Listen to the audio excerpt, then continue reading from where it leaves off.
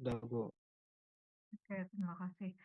Jadi hari ini yang kita bahas adalah uji mean Whitney test. Jadi uji beda mean dua sampel yang independen. Kalau yang sebelumnya adalah yang dependen, ini adalah yang independen, yang bebas. Saya tidak besarkan ya PowerPoint-nya, mudahan bisa terlihat dengan ukuran yang ini. Nah, mean Whitney test ini digunakan untuk membandingkan dua mean populasi independen yang berasal dari populasi yang homogen. Jadi untuk menguji apakah dua mean populasi sama atau tidak.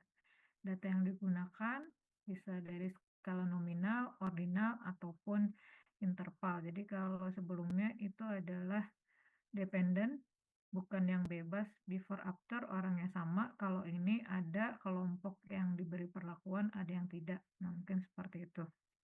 Jadi ini ada pada kelompok sampel yang bebas. Ada beberapa rumus untuk mean Whitney ini. Ada untuk sampel yang kecil, kurang dari atau sama dengan 20. Ada sampel yang lebih dari 20. Nah, untuk sampel yang kurang dari atau sama dengan 20, rumusnya seperti ini. Jadi kita menggunakan sama seperti sebelumnya, ranking juga nanti kita tentukan. Kalau kemarin kan lebih besar kurang dari atau lebih dari. Nah, sekarang kita tentukan rankingnya. Ini untuk sampel kecil kurang dari 20. Ini untuk sampel yang besar lebih dari 20. Jadi untuk sampel besar lebih dari 20 itu ada dua rumus. Ada yang dengan ranking yang tidak ada yang sama. Jadi data itu nanti mungkin ada nilainya yang sama. Kalau nilainya sama berarti nanti rankingnya sama. Tapi ada juga data yang nilainya beda tiap individu. Nah, kalau misalnya beda, rankingnya tidak ada yang sama, maka digunakan rumus yang ini untuk sampel yang lebih dari 20. Tapi kalau ada ranking yang sama, maka yang kita gunakan adalah rumus yang ini. Jadi untuk sampel lebih dari 20, ada ranking yang sama, kita gunakan rumus ini. Pakai jumlah T-nya. Beda seperti yang tadi, ini tidak ada jumlah T-nya. Untuk tidak ada ranking yang sama, kalau ada yang ranking yang sama, pakai jumlah T-nya. Nah, ini mungkin langsung saja ke contohnya.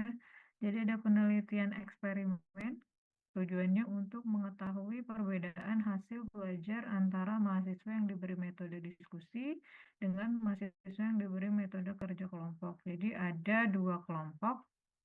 Ada dua kelompok. Yang pertama itu adalah kelompok eksperimen, jadi dia diberi metode diskusi. Yang satu kelompok lagi itu adalah kelompok sebagai kontrol, jadi hanya kerja kelompok. Jadi ada dua kelompok. Apakah terdapat perbedaan antara hasil belajar kelas eksperimen dengan kelas kontrol? Nah, jadi hasil surveinya nanti tertera pada tabel.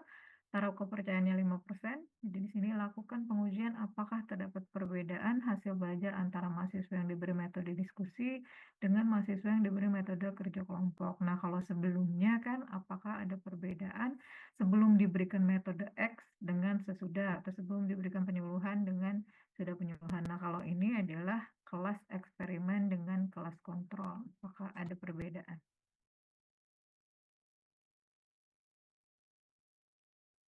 Nah, ini data tadi. Jadi datanya 40 mahasiswa untuk kelas eksperimen itu adalah diskusi, dan 40 mahasiswa yang kelas kontrol itu dengan kerja kelompok saja. Di sini ada datanya. Jadi sampel kelas eksperimen 40, sampel kelas kontrolnya 40, total populasinya adalah 80. Nah, ini datanya seperti ini. Jadi data hasil belajarnya seperti yang terlihat pada tabel. Nah, pertama yang perlu kita lakukan adalah kita menentukan rankingnya. Kita tentukan rankingnya. Jadi data kelompok yang kelas eksperimen dengan data kelompok kelas kontrol itu disatukan. Jadi disatukan dan diberi ranking. Jadi rankingnya dilihat mulai dari yang nilai atau hasil belajar yang terendah. Nah, kalau dari kelas eksperimen maupun kelas kontrol kita lihat yang mana pertama nilainya yang paling rendah atau yang paling kecil. Nah, kalau kita lihat data di sini nih, ini tabelnya beda. Ini maksudnya ini cuma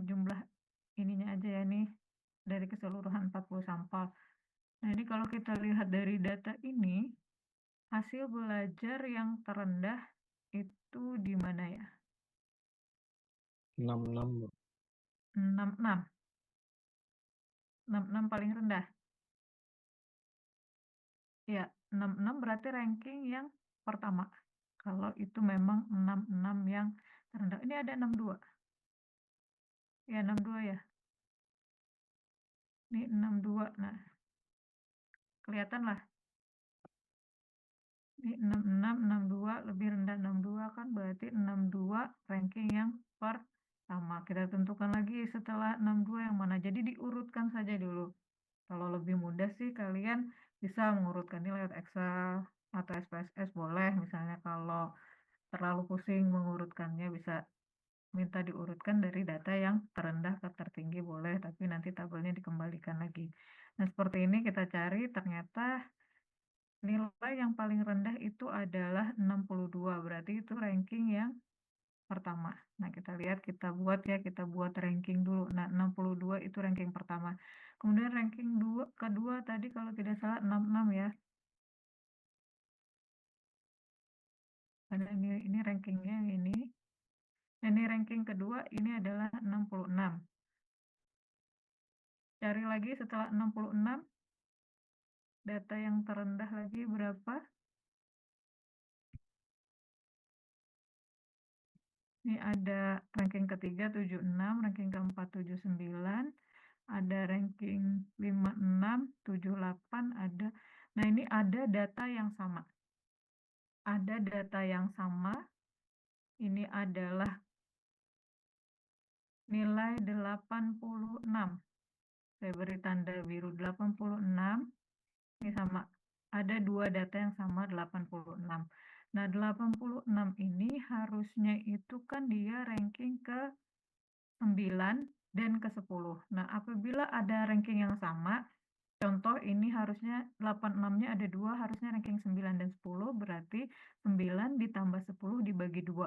Karena yang sama jumlahnya ada 2. Jadi 9 tambah 10 dibagi 2 jadinya 9,5. Jadi 86 ini nanti rankingnya sama 9,5 keduanya. Pokoknya kalau ada ranking yang sama, urutkan dulu rankingnya, kemudian ditambahkan. Misalnya kalau ranking ke 12, 13, 14 sama, berarti 12 tambah 13 tambah 14 dibagi 3. Gantung jumlah datanya, itulah nanti rankingnya. Maka di sini bisa dilihat rankingnya ada koma, ada desimal ya. Jadi kita urutkan dulu, kita satukan dari data terendah, baik dari kelas kontrol maupun kelas eksperimen. Kita beri ranking apabila ada ranking yang sama, kita tambahkan rankingnya, hasil urutan tadi baru kita bagi sesuai dengan jumlah data yang sama. Nah, itu yang pertama, kita ranking dulu. Nah, yang kedua, setelah kita dapatkan rankingnya, kita total ranking dari kelas eksperimen atau R1. Kita totalkan, kita tambahkan, kemudian begitu juga yang dari kelas kontrol, itu namanya R2. Jadi kita temukan R1 dan R2. Nah, setelah kita jumlahkan, baru kita tentukan nilai U-nya. Rumus U yang tadi, kita gunakan U1, N1 kali N2 ditambah N2. N1 dan N2 tadi sama ya. Jumlah datanya sama-sama 40, N2 40, 40 ditambah 1, 41 kali 40 dibagi 2 baru dikurangkan jumlah R2-nya. Jumlah R2 adalah yang ini. 1245, ketemulah U1 1175. Nah, karena ini data tadi lebih dari 20, maka kita gunakan rumus yang lebih dari 20. Rumus yang lebih dari 20 kan ada dua tadi ya, ada yang ranking sama, ada yang tidak sama. Nah, karena tadi ada beberapa nilai yang sama, rankingnya sama, maka kita gunakan rumus yang ini. Z-nya sama dengan U dikurang N1 kali N2 per 2, yang membedakan ada jumlah T-nya. Nah, sebelum kita masuk ke rumus ini, kita harus cari dulu jumlah T-nya. Untuk mencari jumlah T, nah ini kita rinci data yang sama atau kembar. baik pada kelompok eksperimen maupun pada kelompok kontrol. Jadi kita lihat nilai atau skornya yang sama mana saja. Kita urutkan, lebih enak urut dari yang terendah yang samanya. Nah, kalau dilihat dari data yang sebelumnya, yang tabel ini tadi,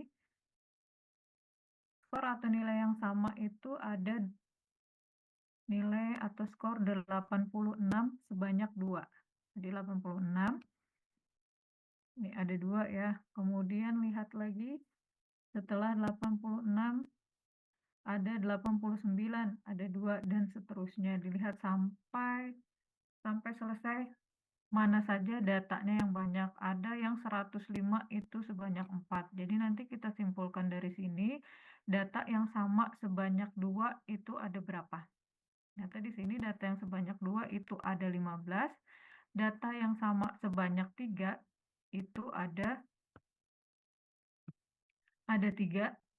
1, 2, 3. Nah, yang 3 ada 3, yang 2 ada 15, kemudian yang 4 itu ada 3. Ini 1, 2, 3. Nah, dengan demikian datanya jadi sebanyak 2 ada 15, sebanyak 3 ada 3, dan 4 ada 3.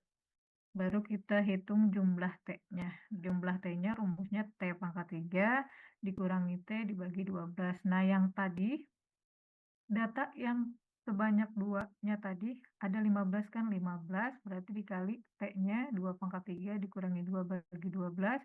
Kemudian yang 3 tadi ada 3, kemudian yang ini ada 4. Nah, baru hasilnya itu ditambahkan, ketemulah jumlah T. Nah, setelah menemukan jumlah T ini baru kita masukkan ke dalam rumus.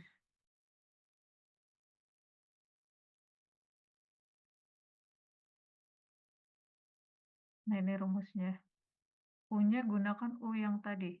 Hasil hitung U yang tadi adalah 1175. Yang ini tadi. Kemudian N1 kali N2, N-nya itu kan N1 itu sama jumlahnya dengan N2. Mungkin kalau pada penelitian lain ada yang berbeda. N1 bisa saja tidak sama dengan N2. Misalnya pada penelitian hewan atau uji coba bisa saja jumlahnya berbeda antara kelompok kasus dan kontrol, atau biasanya kontrol lebih banyak atau kasus, boleh, itu tergantung. Jadi tidak mesti N1 itu sama dengan N2. Pada contoh ini sama ya, N1 jumlahnya sama dengan N2. Jadi N1 40, N2-nya 40. N besar itu adalah total populasi. Total populasinya 40 ditambah 40 berarti 80. Nah, ini rumusnya jumlah T tadi gunakan yang 28,5. Nah, ketemulah Z hitungnya 3,61. Nah, nanti bisa saja dicoba ya. Bisa saja dicoba sendiri dengan data yang ada. Nanti dicoba pertama buat dulu rankingnya. Membuat ranking itu nanti disatukan antara yang kelas kontrol maupun kelas eksperimen. Mulai dari data yang terendah ke data yang tertinggi. Kalau ada ranking yang sama, maka urutan ranking itu nanti ditambahkan dibagi jumlah data ranking yang sama. Ketemulah nanti Z-nya. Untuk menentukan Z apabila sampelnya lebih dari 20, maka gunakan rumus Z yang rankingnya sama. Kecuali kalau memang rankingnya ada yang tidak sama, baru gunakan yang rumus ranking yang tidak sama. Nah, ini ketemu Z hitung, kita bandingkan dengan Z tabel. Jadi kalau pada taraf kesalahan kita gunakan alfanya 0,05, harga Z tabelnya itu 1,96. Jadi ini sudah ada 1,96, kita bandingkan dengan Z hitung. Apabila Z hitung lebih besar dari Z tabel, maka HA yang diterima. Jadi pada penelitian ini ternyata terdapat perbedaan hasil belajar antara mahasiswa yang diberi metode diskusi dengan mahasiswa yang diberi metode kerja kelompok. Nah, nanti dicoba-coba saja ya. Dicoba cara menghitungnya. Jangan melihat jawabannya dulu, nanti boleh dicoba mulai dari yang soal ini saja dulu. mencobanya bagaimana menentukan rankingnya. Setelah itu, karena rankingnya ada yang sama, kita tentukan jumlah T-nya. Jadi urutkan saja, tampilkan datanya skor mana saja yang sama dan berapa banyak. Baru nanti diberi kesimpulan, baru bisa dihitung jumlah T-nya. Sampai sini ada pertanyaan?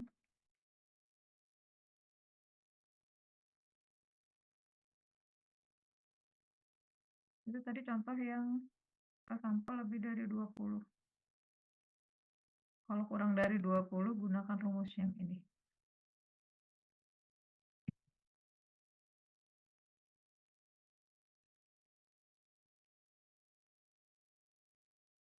Nanti saya share ya materinya, silakan dipelajari.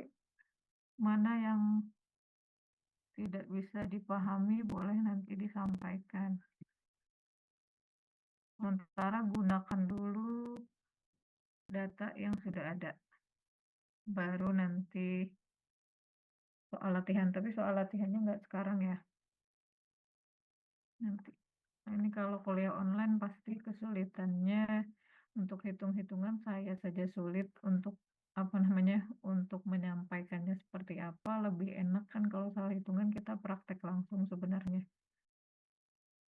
Jadi lebih bisa dipahami, lebih mudah, mana yang tidak dimengerti. Nah, kalau seperti ini kan hanya melihat, saya juga bisa memahami. Pasti belum ada yang ditanyakan, kemungkinan. Tapi kalau ada silahkan. Kalau tidak ada, nanti saya sampaikan saja dulu materinya, silahkan dicoba sendiri masing-masing bagaimana menjawab dari soal yang ini, contoh soal ini. Untuk soal latihannya belum ya, silahkan kerjakan dulu yang ini, nanti kalau ada yang ditanyakan boleh.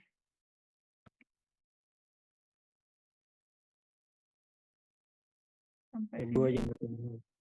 ya, kenapa Maulana?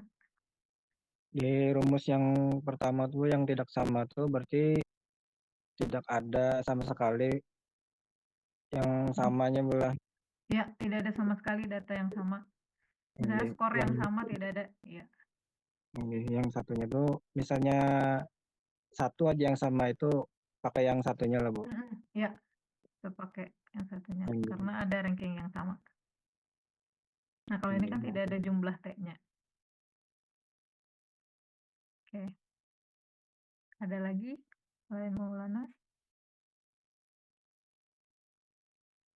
Silakan nanti dicoba aja lah. Ibu izin menanyakan, Ya, itu kan N-nya ada 40, tapi kan terbagi dua kelompok loh, Bu. Berarti merankingnya sampai 80 ranking atau 40 ranking aja, Bu? semuanya disatukan. Nih, sampai 80. Terima kasih, Bu. Ya, jadi yang pertama itu kita satukan semua baik dari eksperimen maupun dari yang kontrol. Nanti rankingnya berarti 80 sampai jumlah populasi N-nya. Ada lagi? Maulana, Gina?